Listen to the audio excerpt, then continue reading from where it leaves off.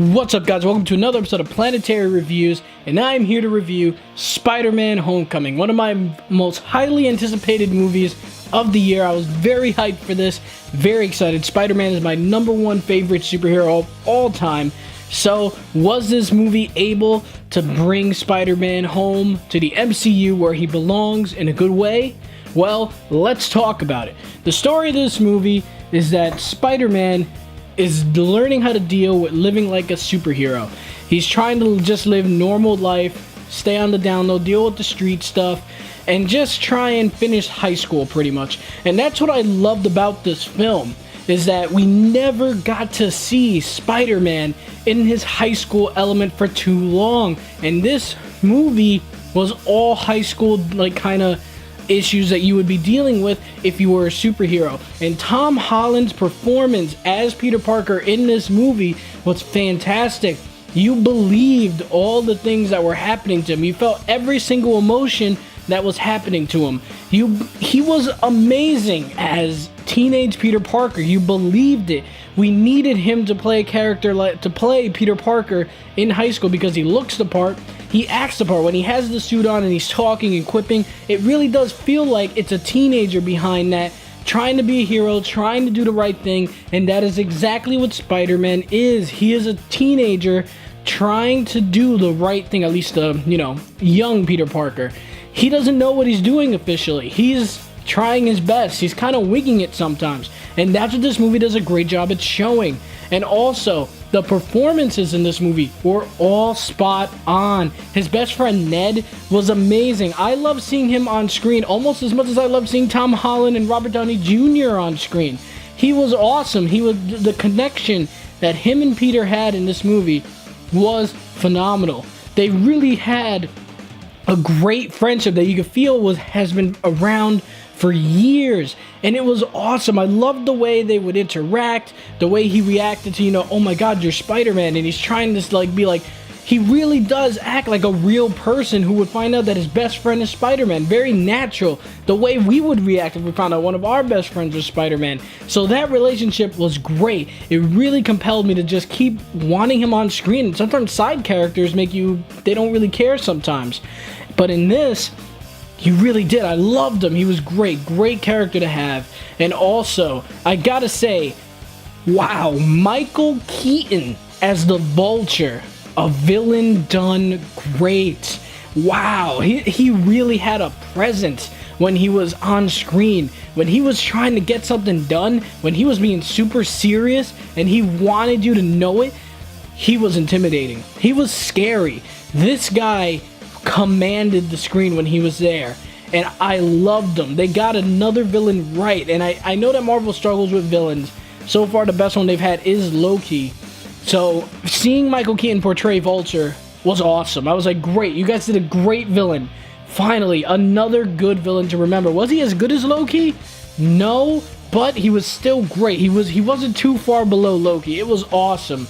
And also, even though this movie's story is a little bit predictable thanks to the trailers and also because of the story they're trying to tell, it's pretty much a coming-of-age story. It's Spider-Man going through high school, wanting to learn how to be a hero and what it means to be a hero, with Tony Stark trying to help him, and he comes into some little rough patches along the way. And the humor in this movie also was fantastic.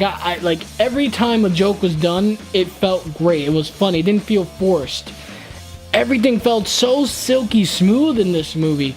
Like I said, the only thing that you will notice in this movie that was a little lacking was the fact that the story, you can kind of tell thanks to the trailers and because of just like, if you know movies, how this movie's going to play along. But with that being said, the movie does throw twists that I wasn't even expecting. And I was just like, wow, this movie was able to make this feel so fresh with a story that is almost kind of been told many times, but this movie made that feel fresh. And when the climax happened, damn, it felt good. It was intense. It was dramatic. I loved it. This movie was great throughout the entire film, just with all the character development. And we can never forget about Marissa Tomei as Aunt May. She was great. Even though she wasn't in it, a whole lot, when she was in it, she did a great job. Great actress. Fantastic. Absolutely amazing. But The special effects also in this movie were great, awesome. The set pieces were amazing, and when the action scenes happened, it really felt like a real Spider-Man comic come to life, because they really mastered the way he moves, the way he fights. It's really just amazing just how good this movie was. When it could have been just such a cliche film and told an origin story, it decided not to do that. It knows that we know the origin story at this point with Spider-Man, so it just wanted to throw you in there. It was like, here you go, here's a Spider-Man story in the MCU.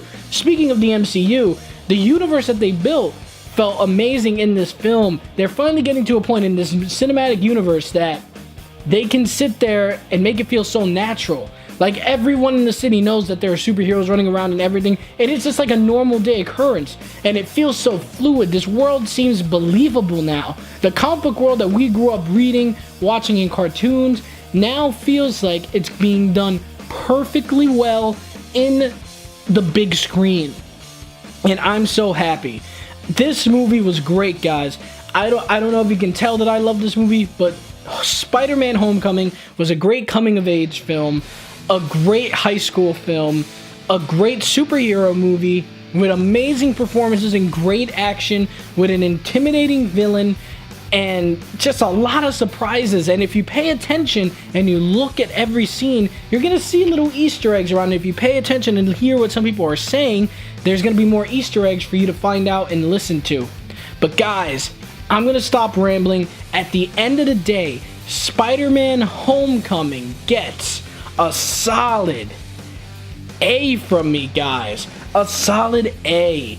This movie was great. Like I said, the only thing that really kept this movie a little bit bogged down by a little bit, that it couldn't hit that A+, was the fact that the story, you can tell thanks to the trailers, and just if you know movies, you were able to predict kind of how this movie was going to go out. But they did a good job of throwing surprises in there to make it feel a little bit more fresh and keep it from getting dull. But guys, that's my review for Spider-Man Homecoming.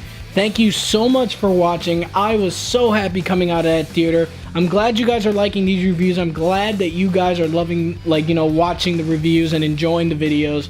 I love doing this, and I hope you guys enjoyed my Crash Bandicoot review. That was really fun to do. And yeah, the next movie I'm going to be going to see is War of the Planet of the Apes, and the next game might be Fortnite. We'll see what happens. Summer is kind of slow with games, but I'm also going to keep up with my MCU reviews.